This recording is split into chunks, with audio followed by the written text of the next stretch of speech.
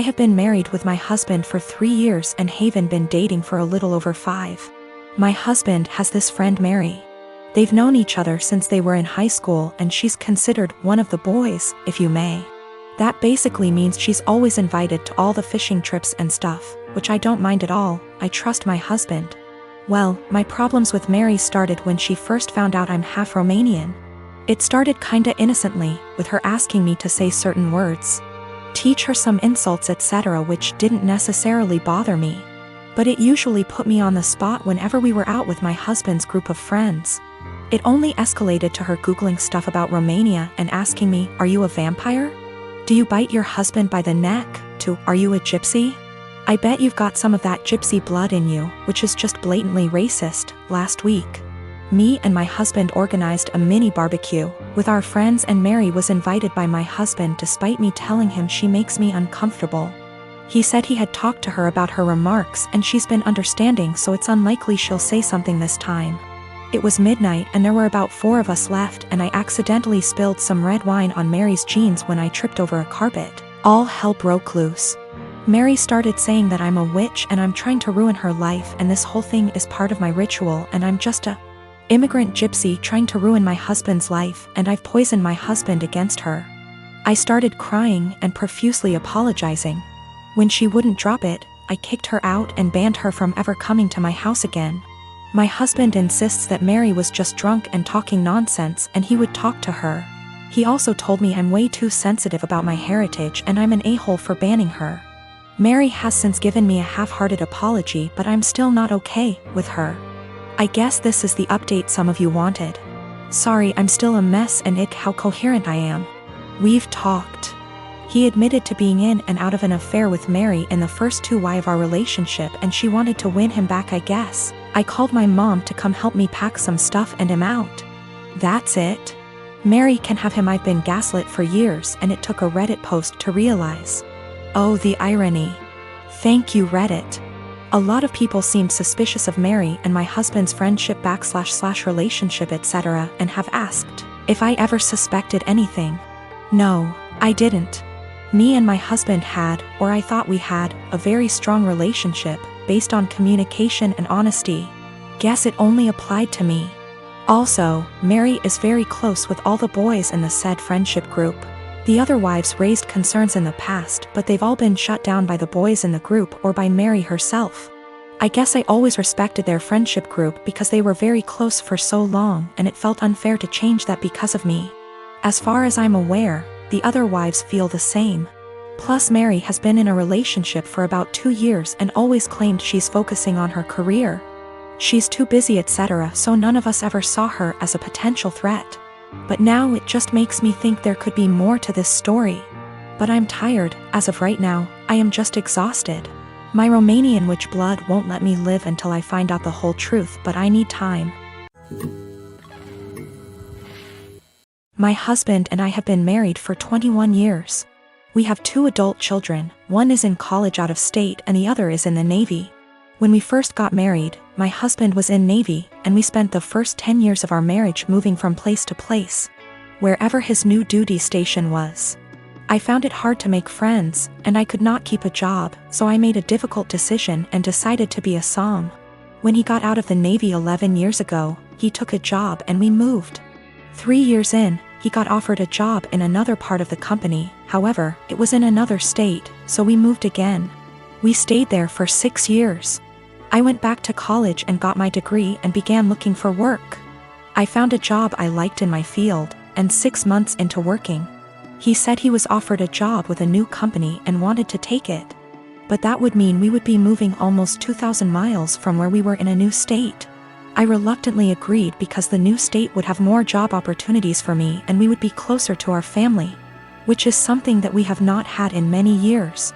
Last night my husband came up to me and said that there was a job opening in his company and he wanted to apply for it. It would mean a pay raise and better hours, but the caveat would be that we have to move again. We have been living in our new state for 3 years. I love it here.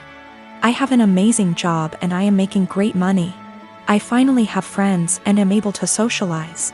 I told him that I am not moving again. Anytime we have to move, He always leaves first and I end up being responsible for selling / packing the house. And I am not doing that again. Our son's college is only 2 hours from here. We can see him twice a month.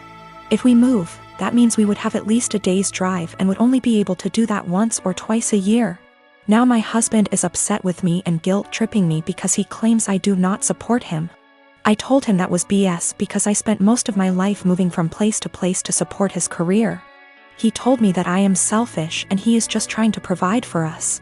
I told him that we are more than comfortable where we are now, and that if he truly wants to take the job, he will be going alone. My husband and I have been together since I was 15 and he was 17.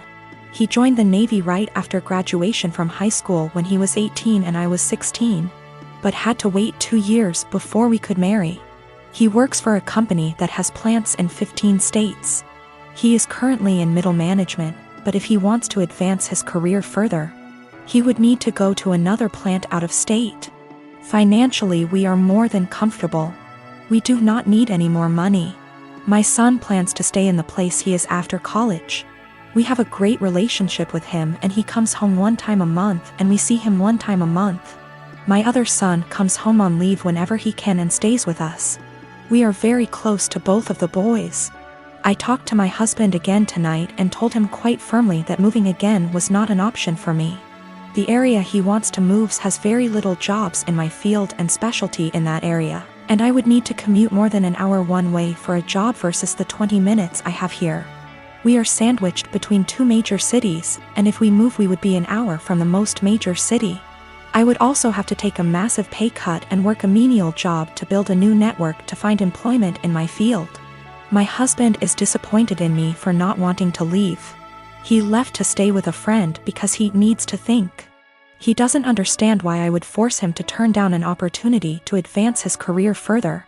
I told him to take all the time he needs, but I am not moving again. I said I would revisit the possibility when I am ready for retirement in 15 years, but no sooner. Me, nurse. Working 50-ish hours a week in pediatric ICU. Cry at least once a week because that is hard. My salary pays our bills. All of them. Husband has a degree but isn't looking for a job. Works 2 days a week at the grocery store. Spends most of his time playing. Today was supposed to be a good day. I had been begging my husband to swap his Saturday shift to literally anything else so that we could have days off together. We haven't had a weekend together since our wedding, 18 months ago. Today was supposed to be our first Saturday off together. We were going to go to an animal sanctuary. He starts the day by going to breakfast with his best mate, leaving before I even wake up. I wake up around 9 and realize he is not home. Call. He says he's helping his mate set up some lights and that the weather is too rainy for the animal sanctuary anyway. He gets home at 1-ish. Lies around. Plays some video games, promising we would cook dinner together tonight. Leaves again at 5 to help the same mate with something else. I go grocery shopping. I don't drive because of medical issues, but I walk there and back in the rain. I get home, realize I've left my keys inside. Call husband, knowing he's 5 minutes away. He says he will leave in a minute. I sit in the rain and the cold, southern hemisphere. 45 minutes later, I call again. He hasn't left yet. He finally agrees to come and let me in the house, so he drives up, presses the clicker to let me in the garage and leaves again. At 10, I called to see where he is. His friend answers. Says he is driving out to do something an hour away. It's 10:30. I am going to bed. I have sent him a TXT that I am upset and don't want to speak to him tonight and would rather he left me alone. As far as I am concerned, if he can't value me more than his best mate on the first day off he and I have shared in a year and a half, he can go sleep in his bed instead. By the way, his friend doesn't work, so they hang out all the time when I am at work. He is going to be upset. And he is going to tell his mate and his mate is going to tell him I'm being I am 26. We weren't always like this. I don't know what changed. I'm fairly confident he's not having an affair, and I fully intend on talking this through, but at a time that isn't 4 a.m. I am a 32 years old female and getting married to my fiancé, a 41 male, next year. After we got engaged, I suggested it might be nice if I asked my fiancé's niece, who's 15, if she wanted to be a bridesmaid too. I've only met her a couple of times, so we're not close.